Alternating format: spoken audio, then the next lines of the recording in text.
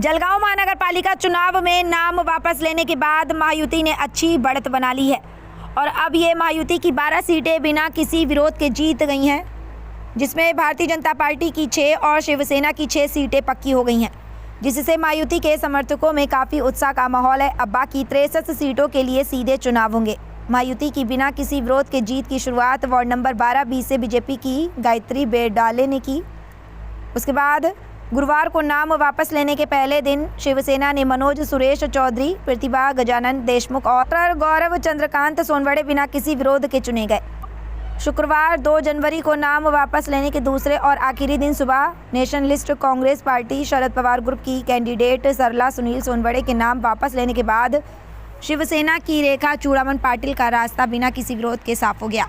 इसके बाद दोपहर करीब 1:30 पर वार्ड नंबर 7A में आखिरी इंडिपेंडेंट कैंडिडेट ने अपना नामांकन वापस लेने के बाद एमएलए राजू मामा भोले के बेटे विशाल सुरेश भोले की जीत पक्की हो गई।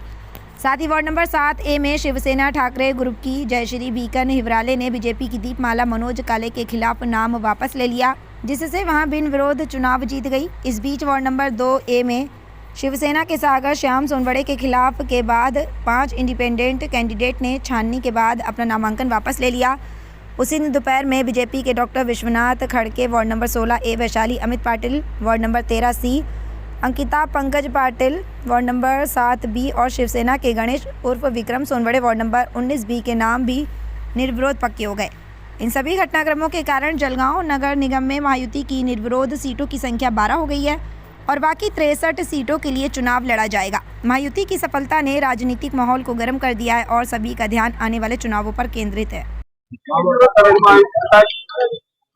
आता जी प्राथमिक माहिती आहे त्यामध्ये शिवसेनेचा आतापर्यंत 6 जागा आणि भारतीय जनता पार्टीच्या 6 जागा अशा 12 जागा या बिनविरोध त्या प्रभागांमध्ये वेगवेगळ्या प्रकारे चालल्या आहेत। तर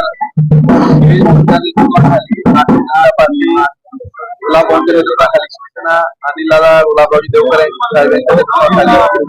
आणि मला असं वाटतं की राजू मामांचा सातत्याने संपर्क शहरातला त्यांच्यावरचा सगळ्या खासदार असतील सगळ्यांवरचा हा विश्वास काम करणाऱ्या माणसांना लोकांनी बिनविरोध केलं एक चांगलं उदाहरण हे झालं असं मला वाटतं। दादा आपलं प्रभारी म्हणून आपल्याकडे जबाबदारी दिलेली होती, पहिल्या याच्यात सिक्सर मारलेला आहे बघा। प्रभारी म्हणजे आपल्याकडे भारतीय जनता पार्टीची पत्ती आहे। प्रभारी म्हणजे काय फार मोठा माणूस नसतो, त्याला फार काही काम नसतं।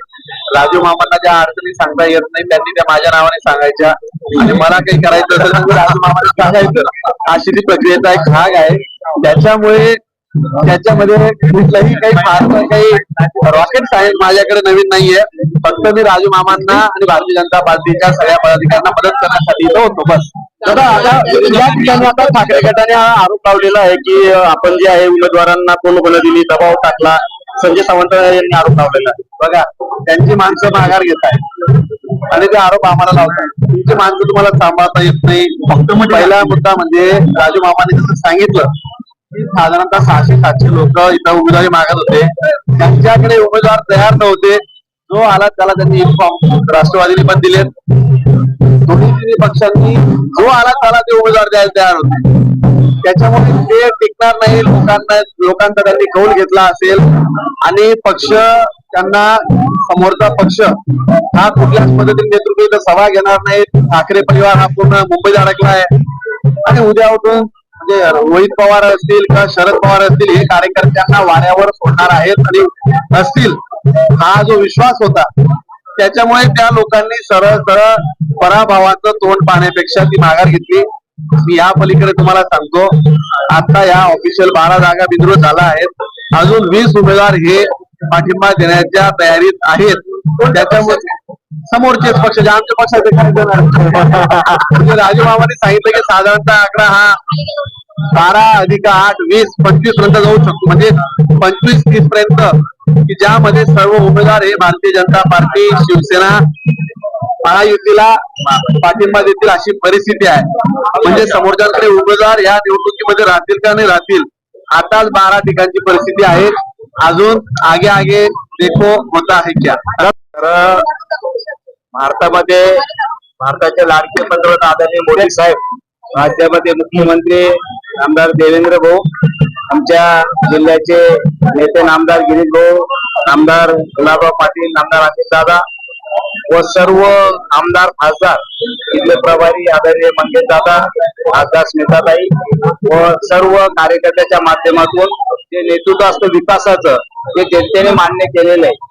जनतेला टीका टिप्पणीपेक्षा विकास कोण करू शकतो आमचा, आणि गल्लीपासून तर दिल्लीपर्यंत तिथे जसं महायुतीचं सरकार आहे, दिल्लीमध्ये दिल्ली सरकार आहे, आणि या माध्यमातून जनतेची सेवा म्हणून आम्ही काम करण्याचा प्रयत्न करतो.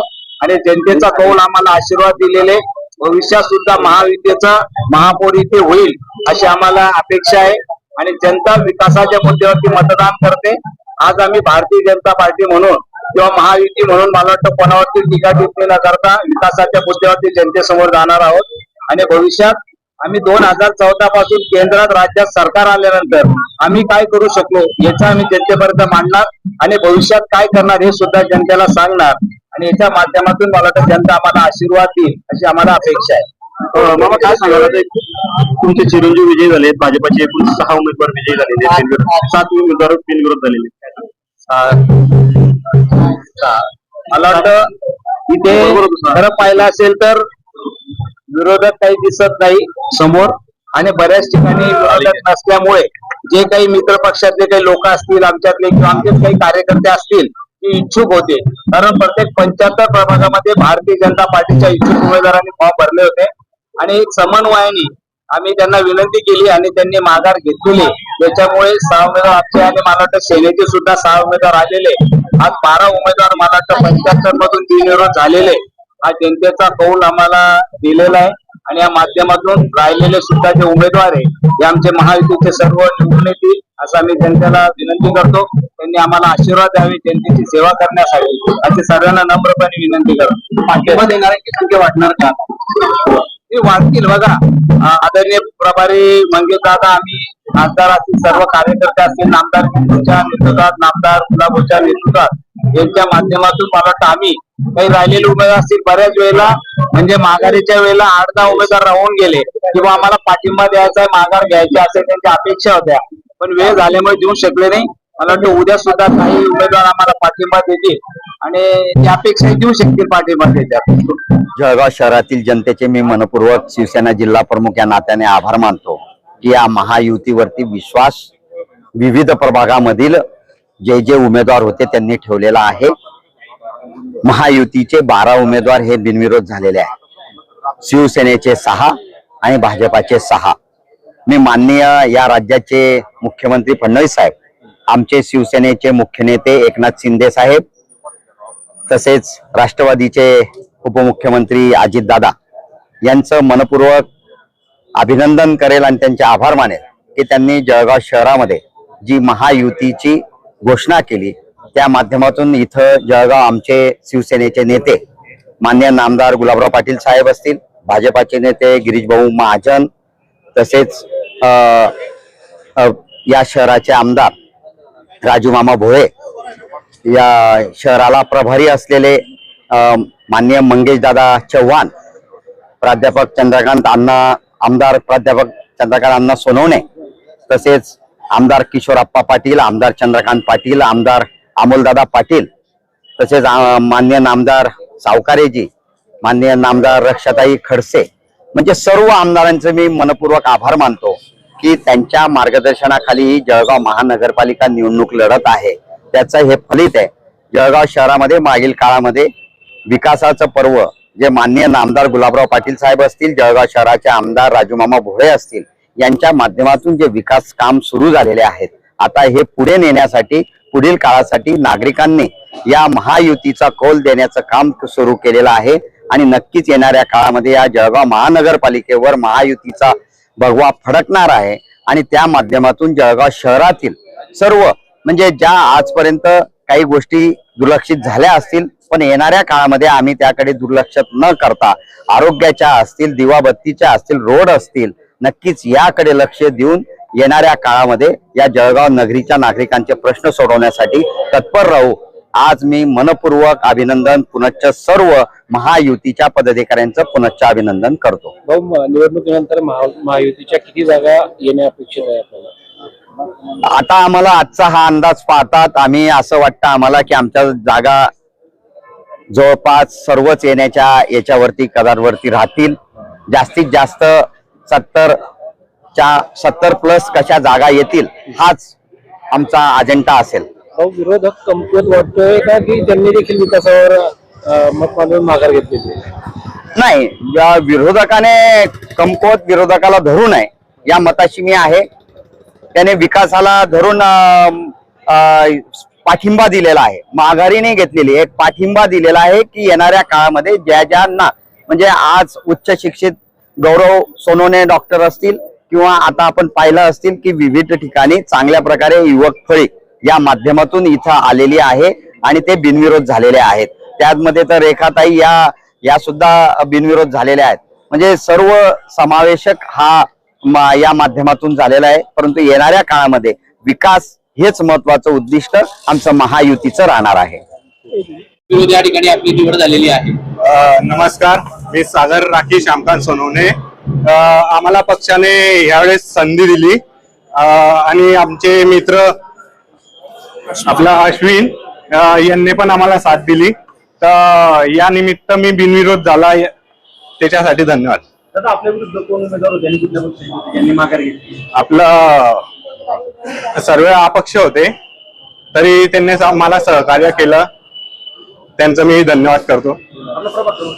माझा क्रमांक 2 आपले विरोधक जे होते त्यांनी कोण होतं आपले विरोधक? अक्षय चतुर्भुज सोनवणे, अश्विन सेंदाने, आपलं कांचन सोनवणे. की मी तो आज बिनविरुद्ध मी निवडून आलेली आहे. माझं म्हणजे मी सर्वांना आभारी देते. आमचे नेते लाडके देवाभाऊ देवेंद्र फडणवीस साहेब, आमचे जलसंपदा मंत्री गिरीश भाऊ महाजन, आमचे आमदार राजूमामा भोळे, स्मिताताई वाघ खासदार, आमदार रक्षाताई खडसे, आता जे प्रभारी इलेक्शनसाठी नेमणूक केली होती दादा मंगेशदादा चव्हाण, अरविंद दादा आणि आमचे नितीन भाऊ लठ्ठाजी, डॉक्टर साहेब दादेश्याम डॉक्टर चौधरी, नंतर आमची जी युती झालेली आहे त्याचे नेते म्हणजे आमचे मंत्री गुलाबराव पाटील, चंद्रकांत दादा सोनवणे, यांचे सर्वांचे मी आभारी आहे की त्यांनी मला ही संधी दिली होती. आम्हा दोघींना म्हणजे पिंटू काळे आणि मी आम्हा दोघींना हे तिकीट दिलं होतं. आमच्यावर जे विश्वास ठेवत आहे त्यासाठी मी त्यांचे पुनश्च खूप आभारी आहेत. आणि ही जी पावती आहे ही मला लोकांकडनं मिळाली आहे. आम्ही जी कामं वाढत करतो त्याची ही पावती आम्हाला खरोखर मिळाली आहे. मला फार आनंद होतो की लोकांच्या हे सर्वांचे ज्येष्ठ श्रेष्ठांच्या आशीर्वादामुळे मी आज इथे बिनविरोध निवडून आलेली आहे. आणि त्यासाठी ज्यांनी सर्वांनी प्रयत्न केले होते बिनविरोधसाठी त्यांचे मी खूप खूप आभारी आहे. आणि माझ्या विरुद्ध ते जयश्रीताई भिकन हिवराडे ताई होत्या, त्यांनी हा जो फॉर्म माघार घेतला आहे त्यामुळे मी त्यांची खूप खूप आभारी आहे की त्यांनी हा फॉर्म मागे घेतला आहे. आणि मी आता पुढे म्हणजे जे जळगावचे माझे जे वार्डातले कामं राहिले होते आता वार्डातलेच नाही पण मी जळगाव शहरासाठीही काही करू इच्छिते. विकासासाठी मी सहभाग घेईल आणि म्हणजे पुढे जाऊन जळगावसाठी काहीतरी नवीन योजना वगैरे आणेल आणि विकास करेल याची मी खात्री देते. धन्यवाद. माझ्या विरुद्ध जयश्रीताई भिकन हिवराळे ताई होत्या, ह्या मशाल मधून निवडून म्हणजे चिन्हावर उभ्या होत्या. हो, त्यांनी आज माघार घेतली आहे. ज्यावेळेस जागा वाटपाचा मुद्दा चर्चेत आला होता, तुमचं तिकीट कापलं जाईल कारण त्या जागेवरच तिकीट खूप होती. हो, तिकीट वाटपाची तिकीट कट होण्याची चर्चा निवडून आलेला आहे, काय भावना आहे? खूप आनंद झाला आहे की म्हणजे जेव्हा पेपरामध्ये वाचलं होतं की तिप्पाताईंचं तिकीट कापून दुसऱ्याला मिळणार आहे त्यामुळे म्हणजे भीती नव्हती, लोकांवर विश्वास होता की मी जे कामं केलेले होते, आम्ही जे वार्डामध्ये कामं करतो त्याच्यावर विश्वास होता. आणि गिरीश भाऊंवरही विश्वास होता की गिरीश भाऊ आपल्या कार्यकर्त्यांना कधीच नाराज करत नाही. गिरीश भाऊंनी शब्द दिलेला होता तुमचं तिकीट हे कापलं कधीच जाणार नाही, त्यामुळे गिरीश भाऊंवर विश्वास होता आमचा. त्याच्यामुळे माहिती होतं एबी फॉर्म हा जोडलाच जाणार आहे. आणि आता थेट बिनविरोध म्हणजे बिनविरोध निघणं हे खूप आनंदाची गोष्ट आहे. त्यामुळे खूप खूप सर्वांचे आभारी.